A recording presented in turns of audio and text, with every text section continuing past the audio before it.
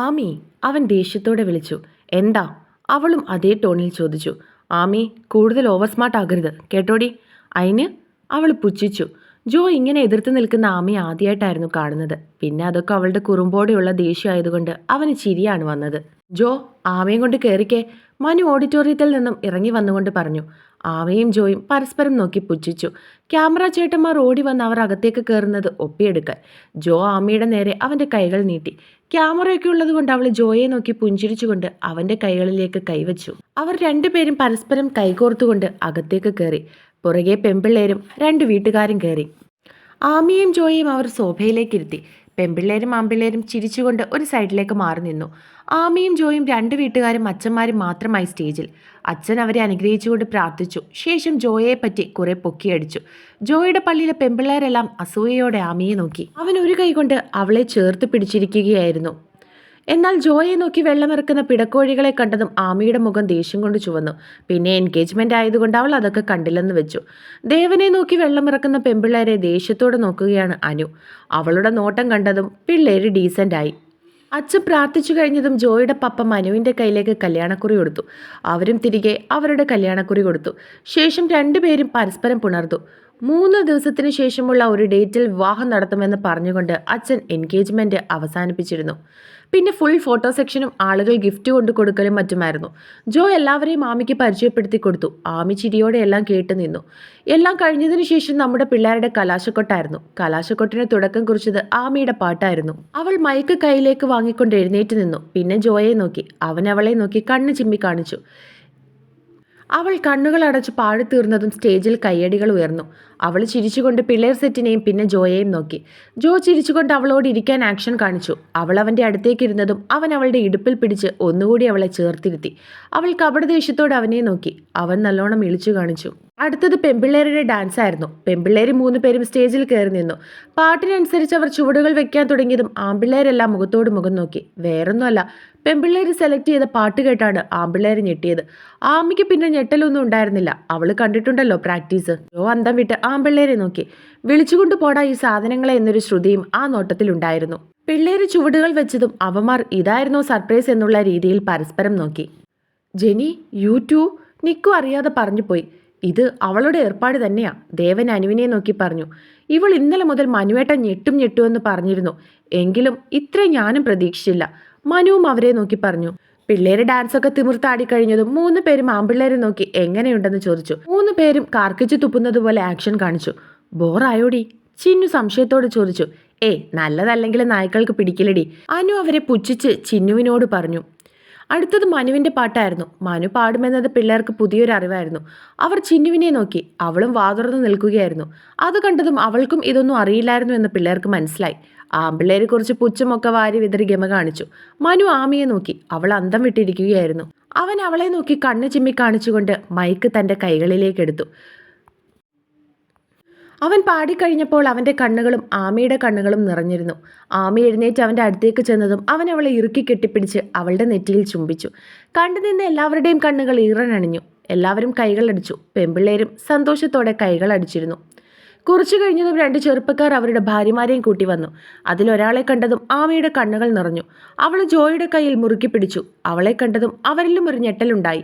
ജോ ആമിയെ നോക്കി. അവൾ ആ സ്ത്രീയെ നോക്കി വിതുമ്പുകയായിരുന്നു. അവൾ നോക്കുന്നത് കണ്ട് അവനും നോക്കി. ഒരു ബ്ലൂ കളർ ചുരിദാറിട്ട ഐശ്വര്യം തുളുമ്പുന്ന മുഖമുള്ളൊരു പെൺകുട്ടി. നിറയെ മുടിയുള്ളതുകൊണ്ട് പിന്നി മുമ്പിലേക്ക് ഇട്ടിട്ടുണ്ട്. കഴുത്തിൽ താലിമാലയും നെറുകയിൽ സിന്ദൂരവുമുണ്ട്. കണ്ണുകൾ നീട്ടി എഴുതി ഒരു കറുത്ത പൊട്ടും നെറ്റിയിലുണ്ട്. അവളും ആമിയെ കണ്ട് ഞെട്ടി നിൽക്കുകയാണ്. എന്താ ആമി? അവൻ അവളുടെ കൈക്ക് മുകളിൽ കൈവച്ചുകൊണ്ട് സംശയത്തോട് ചോദിച്ചു. ജെസ്സി ചേച്ചി, എൻ്റെ ചേച്ചി. അവൾ കണ്ണുകൾ നിറച്ചുകൊണ്ട് അവരെ ചൂണ്ടിക്കാണിച്ചുകൊണ്ട് പറഞ്ഞു. അതാരാ? അവൻ സംശയത്തോട് ചോദിച്ചു. ജിൻസന്റെ ചേച്ചിയാ. ഒരു ഹിന്ദു ചേട്ടൻ്റെ കൂടെ പോയെന്ന് ഞാൻ പറഞ്ഞില്ലേ? അവൾ ജോയോട് പതിയെ പറഞ്ഞു. ആമിമോളെ. അവർ ഓടി വന്ന് അവളെ ഇറുക്കി പിടിച്ചു. ചേച്ചി. അവളും കരഞ്ഞുകൊണ്ട് അവരെ ചേർത്ത് പിടിച്ചു. എല്ലാവരും സംശയത്തോടെ പരസ്പരം നോക്കി. ആർക്കും ഒന്നും മനസ്സിലായില്ല. ഇതാരാ ആമി? ചിന്നു അവളുടെ അടുത്തേക്ക് വന്ന് ചോദിച്ചു. എടി ചിന്നു, ഇതാ ജിൻസന്റെ ചേച്ചി. എൻ്റെ ചേച്ചി. എന്നെ ഒരുപാട് സ്നേഹിച്ചിരുന്ന, എന്നെ അവിടെ ഒരുപാട് ചേർത്ത് പിടിച്ചിരുന്ന എൻ്റെ ചേച്ചി. ആമി ജെസ്സിയുടെ കയ്യിൽ പിടിച്ചുകൊണ്ട് ചിന്നുവിനെ നോക്കി പറഞ്ഞത് പിള്ളേർ 3 പേരും അവരെ നോക്കി ചിരിച്ചു. അവളും തിരികെ ചിരിച്ചു. ആമി ഒരുപാട് പറഞ്ഞിട്ടുണ്ട് ചേച്ചിയെപ്പറ്റി, ജെനി പറഞ്ഞു. അത് കേട്ടതും ജെസ്സി ആണോ എന്നുള്ള രീതിയിൽ ആമിയെ നോക്കിയതും അവൾ തലകുലുക്കി. ഇച്ചായ, ഇതാ ജെസ്സി ചേച്ചി. അവൾ ജോയുടെ കയ്യിൽ പിടിച്ചുകൊണ്ട് ജെസ്സിയെ നോക്കി പറഞ്ഞു. ഇതെൻ്റെ ഭാര്യയാണ്. അടുത്തു നിന്ന് അർജുൻ അവരെ നോക്കി പറഞ്ഞു. ആമി അർജുനെ സംശയത്തോടെ നോക്കി. അന്ന് എന്നെയും ചാച്ചനെയും ഹോസ്പിറ്റലിൽ എത്തിച്ചത് ചേട്ടന്മാരല്ലായിരുന്നോ? എനിക്ക് ഓർമ്മയുണ്ട്. ആമി ചിരിച്ചുകൊണ്ട് പറഞ്ഞു. ആമി, ഇതെൻ്റെ ഫ്രണ്ടാണ് അർജുൻ. പിന്നെ അത് റാമിൻ്റെ ഭാര്യയാണ്. ഇത് പിന്നെ ഇനി പറയണ്ടല്ലോ. ജോ ചിരിച്ചുകൊണ്ട് പറഞ്ഞതും ആമിയും എല്ലാവരെയും നോക്കി പുഞ്ചിരിച്ചു. ഞാൻ അന്ന് പോയത് ഏട്ടൻ്റെ കൂടെയാ. അവൾ അർജുനെ നോക്കിയിട്ട് ആമിയോട് പറഞ്ഞു. ഇന്ന് ചേട്ടൻ്റെ ഫ്രണ്ടിൻ്റെ മാരേജ് ആണെന്ന് പറഞ്ഞപ്പോൾ അത് നീയായിരിക്കുമെന്ന് ഞാൻ ഒരിക്കലും കരുതിയില്ല ആമി. ഒരുപാട് ആഗ്രഹിച്ചിട്ടുണ്ട് നിന്നെ ഒന്ന് കാണാൻ പറ്റിയിരുന്നെങ്കിലെന്ന് അവൾ ആമിയുടെ കവളിൽ കൈവച്ചുകൊണ്ട് പറഞ്ഞു. ഞാനും ചേച്ചി എപ്പോഴും ഓർക്കും. ഒരിക്കലും കരുതിയില്ല ചേച്ചി ഇനി കാണാൻ പറ്റുമെന്ന് ആമിയും അവരെ നോക്കി പറഞ്ഞു. വർഷങ്ങൾക്ക് ശേഷം ആമിക്ക് അവളുടെ ചേച്ചിയെ കണ്ടപ്പോൾ ഭയങ്കര സന്തോഷമായി. അവളെല്ലാം അവളോട് തുറന്നു പറഞ്ഞു. എൻ്റെ ആങ്ങളായതുകൊണ്ട് പറയുവല്ല ഏട്ടാ, അവൻ വെറും ഒരു ഫ്രോഡാണ്. അവന് പെണ്ണെന്നൊക്കെ പറഞ്ഞ ഒരു ഭോജനവസ്തു മാത്രമാണ്. പണത്തിന് വേണ്ടി കൂട്ടുനിൽക്കുന്ന ഒരു തള്ളയും. എനിക്ക് വെറുപ്പായിരുന്നു അവരോട്. രക്ഷപ്പെട്ടു പോകുമായിരുന്നു ഞാൻ അവരുടെ അടുത്തു നിന്നും. എനിക്ക് ഇവളെക്കുറിച്ച് മാത്രമായിരുന്നു അന്ന് സങ്കടം. പക്ഷേ ഇപ്പം ഞാൻ ഹാപ്പിയാ. നീ സുരക്ഷിതമായിട്ടുള്ളൊരു കൈകളിൽ എത്തിയല്ലോ. ജെസ്സി അവളുടെ കവളിൽ കൈവച്ചുകൊണ്ട് പറഞ്ഞു. ആമി അത് കേട്ട് ചിരിച്ചു. അപ്പോഴും അവളുടെ ഒരു കൈ ജോയുടെ കയ്യിൽ ഭദ്രമായിരുന്നു. അർജുൻ, നിനക്കറിയില്ലായിരുന്നോ ആമി ജെസ്സിയുടെ അനിയത്തിയാണെന്ന്? ജെസ്സി ആമി സംസാരിക്കുന്നത് കണ്ട് ജോ അവനെ മാറ്റി നിർത്തിക്കൊണ്ട് ചോദിച്ചു. ഇല്ല സർ, ഞാൻ ജെസ്സിയുടെ വീട് ഇതുവരെ കണ്ടിട്ടില്ല. പിന്നെ അവൾ ജിൻസനെ പറ്റി പറഞ്ഞിട്ടുണ്ടെങ്കിലും അത് മറ്റൊരു പേരായിരുന്നു എന്നോട് പറഞ്ഞത്. അത് എനിക്ക് തോന്നുന്നു അവൻ്റെ വീട്ടിൽ വിളിക്കുന്ന പേരായിരിക്കണം. എൻ്റെ വീട് ഇവിടെ അല്ലല്ലോ. കോളേജിൽ വെച്ചാണ് ഞാൻ ജെസ്സിയെ കാണുന്നതും പരിചയപ്പെടുന്നതും. അവൾ ഇറങ്ങി വന്നതും ഞങ്ങൾ ഒളിച്ചോടിയതും ഒക്കെ കോളേജിൽ വെച്ചാണ്. ഞാൻ ട്രാൻസ്ഫറായി വന്നതല്ലേ ഇവിടെ. അതുകൊണ്ട് എനിക്ക് ജെസ്സിയുടെ വീട് അറിയില്ലായിരുന്നു. അർജുൻ ചിരിച്ചുകൊണ്ട് പറഞ്ഞതും ജോയും പുഞ്ചിരിച്ചു. സർ, അവൻ വരില്ല ഇവിടെ? റാം സംശയത്തോടെ ചോദിച്ചു. ഞാൻ നോക്കാൻ ആളുകളെ ഏൽപ്പിച്ചിട്ടുണ്ട് റാം. ഇവിടെ നിൽക്കുന്ന പലരും എൻ്റെ ആൾക്കാരാണ്. അവനെന്നല്ല, അവൻ്റെ അപ്പം വിചാരിച്ചാലും എൻ്റെ പിള്ളേരെ തൊട്ട് കളിക്കില്ല അവൻ. കളിക്കാൻ ഞാൻ സമ്മതിക്കില്ല, ജോ ദേഷ്യത്തോടെ പറഞ്ഞു. കല്യാണത്തിന് എന്തെങ്കിലും പ്രശ്നം ഉണ്ടാക്കുമോ സർ? അവൻ്റെ ഭീഷണി അതല്ലേ? അർജുൻ സംശയത്തോടെ ചോദിച്ചു. എന്ത് സംഭവിച്ചാലും ആമിയുടെ കഴുത്തിൽ ഞാൻ മിന്നി കിട്ടിയിരിക്കും അർജുൻ. അവൻ്റെ മുൻപിൽ ഈ ജോഷി ഒരിക്കലും തോറ്റു കൊടുക്കില്ല, ജോ ദേഷ്യത്തോടെ പറഞ്ഞിരുന്നു. മാഡം ഭയങ്കര ഹാപ്പിയാണ് അവളെ കണ്ടതിൽ. അർജുൻ ചിരിച്ചുകൊണ്ട് ആമിയെ നോക്കി പറഞ്ഞതും ജോയും ആമിയെ നോക്കി. ശരിയായിരുന്നു, അവൾ ഭയങ്കര സന്തോഷത്തിലാണെന്ന് ജോയ്ക്കും തോന്നിപ്പോയി. എന്തൊക്കെയോ വിശേഷങ്ങൾ പറയുകയായിരുന്നു ആമി. അവളുടെ സന്തോഷം കണ്ടതും അവൻ്റെ ദേഷ്യം മുഴുവൻ ആ ചിരിയിൽ ഒലിച്ചുപോയി. എന്നാലും ഇച്ചായനും അർജുൻ ചേട്ടനും എങ്ങനെയാ ഫ്രണ്ട്സ് ആയത്? അവർ ഒരേ ഏജ് അല്ലല്ലോ. ചേച്ചിയുടെ ഏജ് അല്ലേ ചേട്ടനും? ആവോ, എന്നോട് പറഞ്ഞത് കൂടെ വർക്ക് ചെയ്യുന്നതാണെന്നാണ്. എന്താ അർജുൻ ചേട്ടൻ്റെ ജോലി? ആമി സംശയത്തോട് ചോദിച്ചു. ഏട്ടൻ സ്പെഷ്യൽ ഇൻവെസ്റ്റിഗേഷൻ ഡിപ്പാർട്ട്മെൻറ്റിലാണ്, ജെസ്സി ചിരിച്ചുകൊണ്ട് പറഞ്ഞു. ആ, എങ്കിൽ കൂടെ ജോലി ചെയ്യുന്ന ഒന്നുമല്ല. എൻ്റെ ഇച്ചായന് സ്വന്തമായി കമ്പനിയൊക്കെ ഉണ്ട്. ഇച്ചായന് അത് തന്നെ നോക്കാൻ സമയമില്ല, അപ്പോഴാ വേറെ ജോലി. ആമി പറഞ്ഞത് കേട്ടതും ജെസ്സിയും ചിരിച്ചു. നിക്കു ജെനിയുടെ കയ്യിൽ പിടിച്ച് സ്റ്റേജിൻ്റെ പുറകിലേക്ക് പോയി. ഏട്ടാ, കയ്യിൽ നിന്ന് വിട്, ആരേലും കാണും. അവൾ അവൻ്റെ കൈ വിടിയിക്കാൻ ശ്രമിച്ചുകൊണ്ട് പറഞ്ഞു. ആരും കാണില്ല, വാ. അവൻ പറഞ്ഞുകൊണ്ട് അവളെയും കൊണ്ട് ഒരു സൈഡിലേക്ക് മാറി നിന്നു. അവൻ അവളുടെ മുഖത്തേക്ക് നോക്കി. ആ റോസ് കളർ ലെഹങ്ക അവൾക്ക് നന്നായി ചേരുന്നത് പോലെ അവന് തോന്നി. പ്രത്യേകിച്ച് ഒരു സമയങ്ങളും അവളുടെ മുഖത്തില്ല. കണ്ണെഴുതിയിട്ടുണ്ട്, ഒരു കുഞ്ഞു കല്ലിൻ്റെ പൊട്ടിട്ടിട്ടുണ്ട്. ജോ വാങ്ങിക്കൊടുത്ത ഡയമണ്ട് നെക്ലേസും കമ്മലുമാണ് ഇട്ടിരിക്കുന്നത്. അവൻ അവളുടെ മുഖം കൈകളിൽ എടുത്തുകൊണ്ട് അവളുടെ നെറ്റിയിൽ അമർത്തി ചുംബിച്ചു. അവൾ ചിരിച്ചുകൊണ്ട് അവനെ നോക്കി. അവൻ ഷർട്ടിൻ്റെ പോക്കറ്റിൽ നിന്നും ഒരു ബോക്സ് കൈകളിലേക്ക് എടുത്ത് തുറന്നു. ഒരു സ്വർണ്ണ ചെയിനായിരുന്നു. അവനതെടുത്ത് അവളുടെ കയ്യിലേക്ക് ഇട്ടുകൊടുത്തു. ചാച്ചൻ കണ്ടാൽ, അവൾ പേടിയോടെ പറഞ്ഞു. അവനറിയാം. അവൻ ചിരിച്ചുകൊണ്ട് പറഞ്ഞു. അവൾ അതിശയത്തോടെ അവനെ നോക്കി. അന്ന് സ്വർണ്ണമൊക്കെ എടുത്തപ്പോൾ ഞാൻ വാങ്ങിയതാ. പിന്നെ നിന്നെ ഒന്നും ഒറ്റയ്ക്ക് കിട്ടിയില്ലല്ലോ. അവൻ ചെയിൻ അവളുടെ കയ്യിലേക്ക് ഇട്ടുകൊടുത്തുകൊണ്ട് പറഞ്ഞു. സാരി ഉടുക്കുമ്പോൾ ഇതിട്ടാ മതി കേട്ടോ. അവൻ പറഞ്ഞതും അവൾ അവനെ നോക്കി കണ്ണ് ചിമ്മി കാണിച്ചു. എന്നാലും എൻ്റെ ജെനി, നീ ഇത്ര വലിയ ഡാൻസറാണെന്ന് ഞാൻ അറിഞ്ഞില്ല. അവൻ ചിരിച്ചുകൊണ്ട് പറഞ്ഞു. ബോറായി അല്ലേ? ഞാനും ചിന്നു അപ്പോഴേ അവളോട് പറഞ്ഞതാ ഈ സോങ് വേണ്ടെന്ന്. ഒരു വെറൈറ്റി ഉണ്ടായിരുന്നു. അവൻ ചിരിച്ചുകൊണ്ട് പറഞ്ഞതും അവൾ കുറുമ്പോടെ നോക്കി.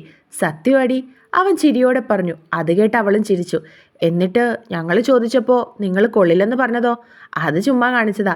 പക്ഷേ ഒരു എൻഗേജ്മെൻറ്റിന് ഇതൊക്കെയാണോ കളിക്കുന്നത്? അവൻ പറഞ്ഞുകൊണ്ട് ചിരിക്കാൻ തുടങ്ങി. ഏട്ടാ, ചുമ്മാ കളിയാക്കല്ലേ കേട്ടോ, അവൾ കുറുമ്പോടെ പറഞ്ഞു. എന്നാലും നിനക്കിത്ര ഗഡ്സ് ഉണ്ടെന്ന് ഞാൻ അറിഞ്ഞില്ല, ആരും പറഞ്ഞില്ല. അവൻ വീണ്ടും ചിരിക്കാൻ തുടങ്ങി. എങ്കിൽ പോ, ഞാൻ പോകുക. ഈ ഏട്ടൻ എന്നെ കളിയാക്കുക. അതും പറഞ്ഞ് അവൾ പോകാൻ തുടങ്ങിയതും അവൻ അവളുടെ കയ്യിൽ പിടിച്ചു നിർത്തി. അവൾ എന്താണെന്നുള്ള അർത്ഥത്തിൽ അവനെ നോക്കി. അവൻ അവളുടെ ചെവിയുടെ അടുത്തേക്ക് ചെന്നു. അവൾ കൈകൾ ലെഹങ്കയിൽ മുറുക്കി. I love you D. അവൻ പറഞ്ഞതും അവളുടെ മുഖം നാണം കൊണ്ട് ചുവന്നു. അവൻ അവളുടെ കവളിൽ അമർത്തി ചുംബിച്ചുകൊണ്ട് അവളെ കണ്ണു ചിമ്മി കാണിച്ചു. എടി ചിന്നു, ഒന്ന് നിക്കടി. മനുവിനെ മൈൻഡ് ചെയ്യാതെ പോകുന്ന ചിന്നുവിൻ്റെ പുറകെ നടക്കുകയാണ് മനു. പോടോ, ഞാൻ പുട്ടിയടിച്ചേക്കുമല്ലേ, അവൾ മുഖം വീർപ്പിച്ചു വെച്ചുകൊണ്ട് പറഞ്ഞു. പിന്നെ പുട്ടിയടിച്ചതിന് അങ്ങനെയല്ലാതെ എന്തോ പറയേണ്ടത്? അവൻ ചിരിച്ചുകൊണ്ട് ചോദിച്ചതും അവൾ എളിയിൽ കൈകുത്തി നിന്ന് ദേഷ്യത്തോടെ അവനെ നോക്കി. അവൻ അവളുടെ ഇടുപ്പിൽ പിടിച്ച് ഭിത്തിയോടെ അടുപ്പിച്ചുകൊണ്ട് കുസൃതി ചിരിയോടെ അവളെ നോക്കി. എന്തോ ഡാൻസ് ആയിരുന്നു. അവൻ അതും പറഞ്ഞ് ചിരിക്കാൻ തുടങ്ങി. മനുവേട്ടാ, അവൾ കുറുമ്പോടെ അവനെ വിളിച്ചു. എൻ്റെ പൊന്നെ, ഞാൻ ചിരിച്ച് ചത്തു. എന്തോ ഡാൻസ് ആണടിയത്.